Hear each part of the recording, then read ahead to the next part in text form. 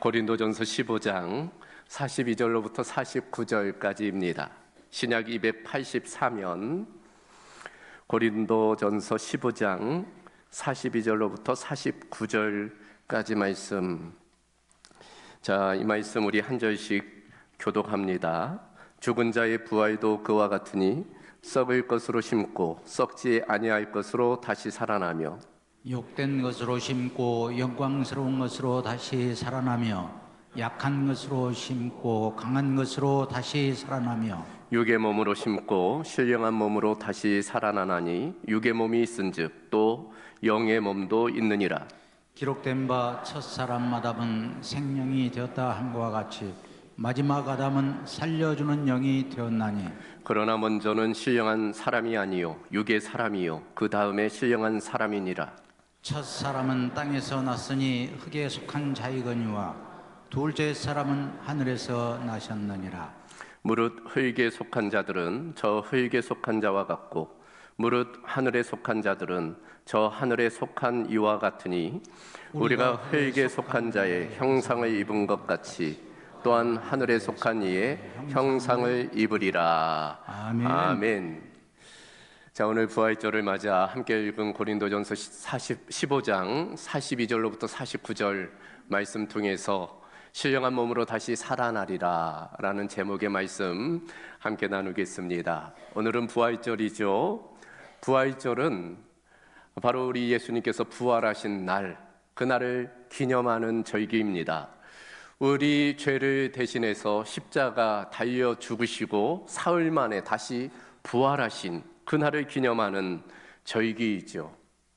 오늘 부활절 우리가 함께 그 부활의 기쁨을 나누고 또 부활하신 주님을 찬양하고 또 감사하며 또 축하하는 은혜가 있어야 될 줄로 믿습니다.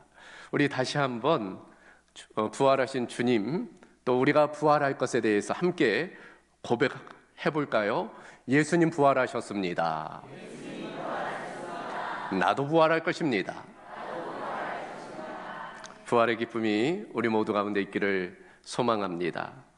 여러분, 신학자 칼바르트가 그런 말을 했어요. 부활절과 성탄절의 설교는 짧으면 짧을수록 좋다. 왜냐하면 더 이상 설명할 필요가 없기 때문이다.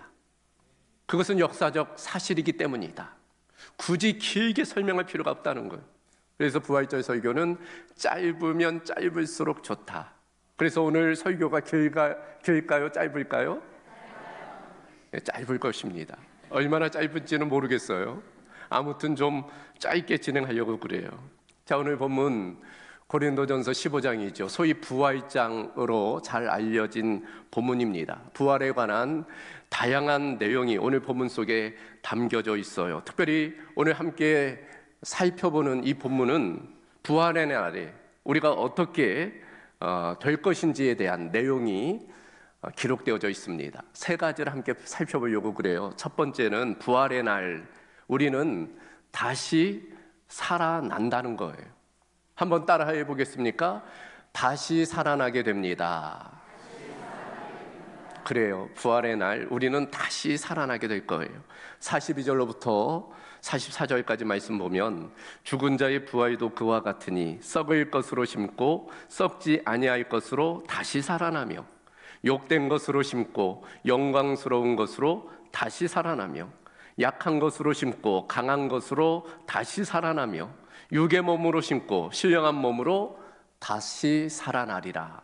여러분, 지금 반복되는 문장이 뭡니까? 다시 살아난다는 거예요.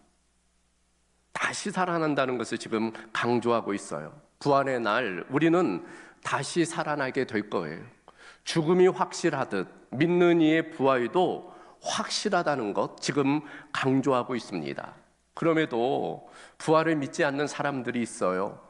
죽으면 끝이지, 죽음 이후에 무슨 천국이 있고 지옥이 있고 뭔 부활이 있느냐, 죽으면 끝이다, 이제 그렇게 이야기하는 분들이 있어요. 이런 이야기가 있습니다. 어느 날 하루살이하고 메뚜기하고 함께 놀았다는 거예요. 뭐하고 놀았는지는 모르겠어요. 아침부터 저녁까지 재밌게 놀았어요.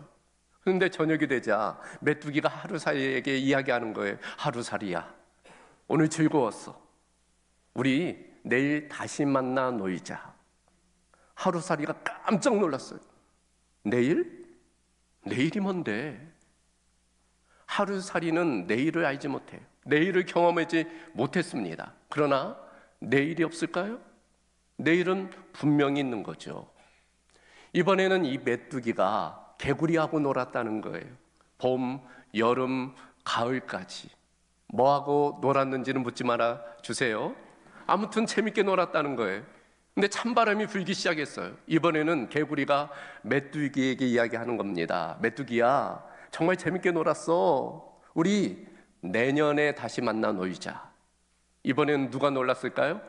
메뚜기가 깜짝 놀라는 거예요. 내년? 내년이 뭔데?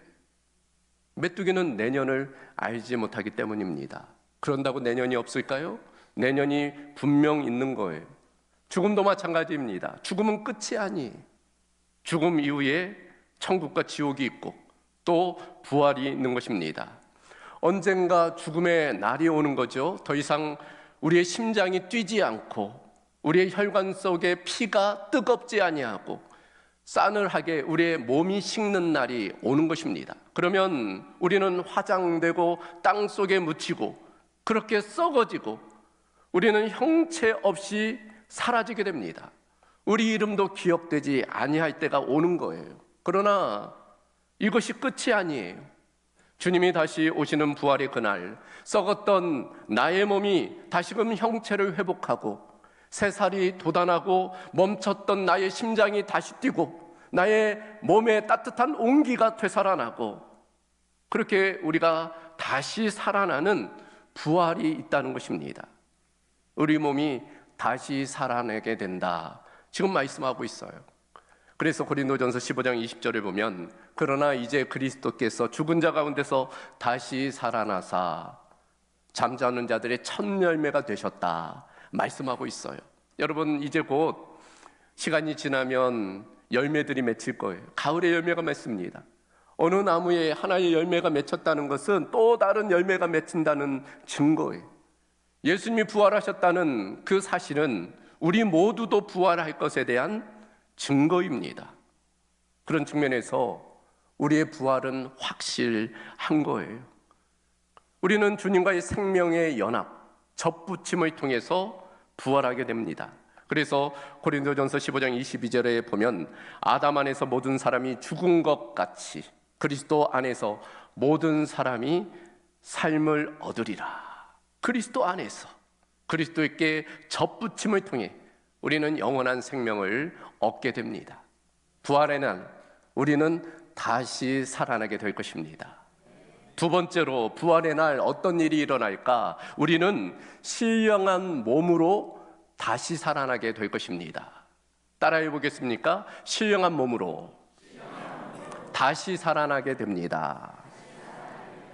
자, 42절 이하의 말씀 보면 죽은 자의 부활도 그와 같으니 썩을 것으로 심고 썩지 아니할 것으로 다시 살아나며 욕된 것으로 심고 영광스러운 것으로 다시 살아나며 약한 것으로 심고 강한 것으로 다시 살아나며 육의 몸으로 심고 신령한 몸으로 다시 살아나며 육의 몸이 있은즉 또 영의 몸도 있느니라. 성경에는 특별히 우리의 몸의 부활을 강조합니다. 여러분, 만약 몸만 있다면, 영은 없고 몸만 있다면 그것은 시신이에요. 반대로 영은 있는데 몸이 없으면 그것은 귀신이죠. 사람은 몸과 영이 함께할 때 사람이 되는 거예요. 부활의 날에 마찬가지입니다. 우리가 몸을 잊게 된다는 거예요. 영의 부활이 아닙니다. 몸의 부활이에요. 성경은 그것을 지금 강조하고 있는 것입니다. 그런데 지금의 몸과 똑같은 몸은 아니라고 지금 말씀하고 있는 거예요. 그날에 우리의 몸은 거룩한 변화가 일어난다는 거예요. 이제는 더 이상 썩지 아니할 영화로운 몸, 신령한 몸으로 변화된다. 지금 말씀하는 것입니다. 여러분, 이것을 어떻게 설명해 볼 수 있을까? 여러분, 이제 봄이 되자 나비들이 이제 보여지게 됩니다. 이 나비 원래는 뭐였어요? 애벌레였어요. 애벌레, 꿈틀거리는 애벌레. 근데 그 애벌레가 일정 시간이 되면 이제 고치가 돼요. 고치. 자기 몸에서 실을 빼서 자기 몸을 감쌉니다. 고치가 돼요. 근데 고치 상태는 공기가 없어요. 죽음의 상태입니다. 그리고 일정 시간이 되면 어떻게 돼요? 그 고치를 비집고 나비가 나와요. 근데 놀라운 것은 그 고치 전의 모습과 고치 이후의 모습, 전혀 다른 모습이. 그 애벌레에서 나비가 되리라고 누가 생각했겠습니까? 그런데 그런 일이 일어나는 거예요. 마찬가지로 우리도 예수님을 통해서 부활할 때 우리는 신령한 몸으로 변화되는 것입니다. 그 예표를 예수님이 이미 보여주셨어요. 그것도 한 번만 아니라 두 번이나 보여주셨습니다. 첫 번째는 바로 변화산 사건이죠. 알다시피 예수님이 변화산에 오르시잖아요. 그때 예수님이 변형되십니다. 마태복음 17장 2절에 따르면 그들 앞에서 변형되사 그 얼굴이 해같이 빛나며 옷이 빛과 같이 희어졌더라. 변형되신 예수님의 모습, 바로 부활 체의 모습을 보여주는 것입니다. 더불어 예수님은 부활을 통해서 그 변형된 우리의 모습이 어떨지를 보여주셨어요. 부활하신 예수님 제자들에게 나타나시잖아요. 예수님이 몸이 있으셨습니다. 만질 수 있었어요. 예수님 먹기도 하셨습니다. 대화를 함께 나누세요. 그런데 어때요?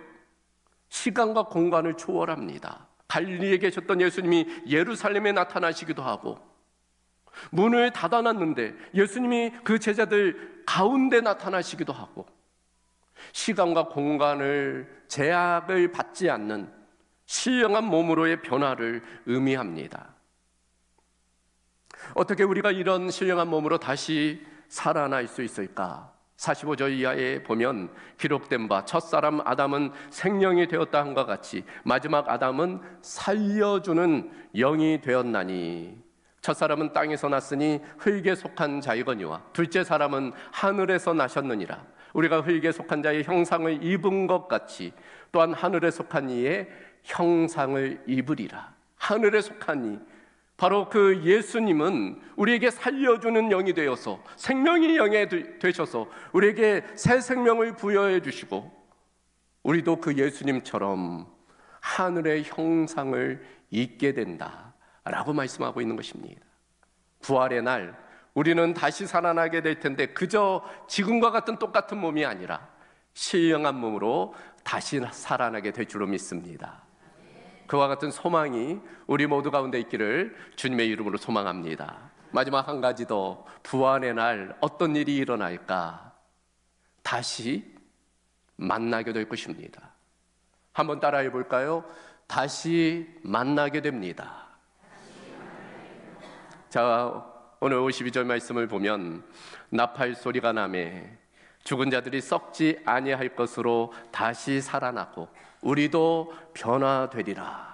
죽은 자들이 다시 살아난다는 거예요. 모든 죽은 자들이 다시 살아나는 것입니다.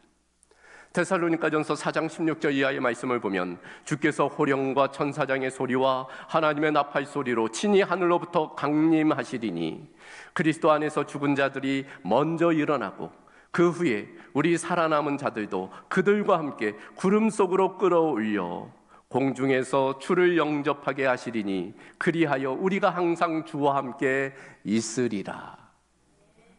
우리가 다시 만나게 되리라는 거예요. 그날에 주님께서 다시 오시는 그날, 부활의 날에 우리는 행복한 만남을 가지게 된다는 것입니다. 그렇다면 누구와 다시 만나게 될까? 먼저는 사랑하는 사람들과 우리는 다시 만나게 될 거예요. 여러분, 죽음이 슬픈 이유가 뭐예요? 여러 가지 이유가 있겠지만 그 중에 하나는 사랑하는 사람들과의 이별입니다. 죽음은 사랑하는 사람들과의 이별을 가져와요. 갈라놓습니다. 아무리 사랑하는 사람이라고 하더라도, 아무리 사랑하는 배우자라고 할지라도 부모라고 할지라도, 자녀라고 할지라도, 친구라고 할지라도, 성도라고 할지라도 죽음은 그 사이를 갈라놓습니다. 그러나 주님이 다시 오는 그날 우리는 부활하여 모든 사랑하는 사람들을 다시 만나게 될 거예요. 그런 측면에서 부활은 다시 만나는 기쁨의 날입니다. 여러분, 우찌무라 간조가 그런 이야기를 했어요. 내가 천국에 가고 싶은 이유는 그곳에 어머니가 계시기 때문이다. 사랑하는 어머니, 꿈에라도 보고 싶은 그 어머니, 그 어머니를 다시금 그 천국에서 볼 수 있다는 소망. 그래서 나는 천국에 가고 싶다. 그런 이야기를 한 바가 있어요. 사랑하는 사람을 다시 만나게 됩니다. 이 이야기를 어느 성도가 들었어요. 믿지 않는 그 시어머니를 전도하게 됩니다. 어머니, 예수 믿으면, 교회 나가면 천국에 가실 수 있어요. 천국 가면 사랑하는 사람들 다시 만날 수 있습니다. 듣고 있던 시어머니가 정색을 하며 그랬다는 거예요. 며느라, 천국 가면 그러면 네 시애비도 다시 만나겠네? 그러면 나 그 천국 안 가련다.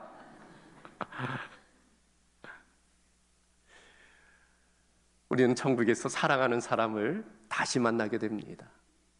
그러나 그 누구보다도 우리가 누구를 다시 만나게 될까요? 바로 우리 주님을 다시 만나게 됩니다. 꿈에라도 한번 뵙고 싶은 그 주님, 우리를 위해서 아낌없이 그 십자가에서 피 흘리시고 죽으신, 우리에게 끊임없는 사랑 주시는 그 주님, 더불어 우리의 아버지 되시는 그 하늘 아버지, 그 하나님을 그 천국에서 만나게 되는 것입니다. 그러므로 부활은 우리가 사랑하는 사람을 다시 만나는 날이므로 우리에게 기쁨의 날, 소망의 날, 축복의 날인 줄로 믿습니다. 그런 측면에서 오늘 이 아침 부활의 기쁨을 우리가 누리며 그 기쁨을 함께 나눠야 될 줄로 믿습니다. 부활하신 주님께 다시 한번 감사의 박수 올려드리겠습니다. 말씀을 정리합니다. 예수님의 부활은 죄와 사망의 권세를 이기신 승리의 사건이고 또 우리의 부활을 확증하는 소망의 사건입니다. 그러므로 우리는 예수님의 부활을 함께 기뻐하며 축하해야 할 것입니다. 우리 모두가 그 부활을 누리며 그 부활을 나누는 증인된 삶을 살아갈 수 있기를 주님의 이름으로 축복합니다. 다시 한번 우리 옆 사람과 한번 고백하겠습니다. 예수님 부활하셨습니다. 나도 부활할 것입니다. 함께 기도하겠습니다. 감사하신 아버지 하나님, 예수님 십자가에 죽으시고 다시금 부활하셔서 모든 잠자는 자들의 첫 열매 되어주심에 감사를 드립니다. 예수 부활의 생명과 소망이 우리 모든 성도들 가운데 있게 하여 주셔서 다시 살아나리라는, 신령한 몸으로 다시 살아나리라는, 그리고 그 천국에서 사랑하는 이들을 다시 만나리라는 소망으로 이 땅을 승리하며 살아갈 수 있도록 역사하여 주시옵소서. 모든 것 주께 감사드리오며 우리를 위해 죽으시고 우리를 위해 부활하신 예수 그리스도의 이름으로 기도하옵나이다. 아멘.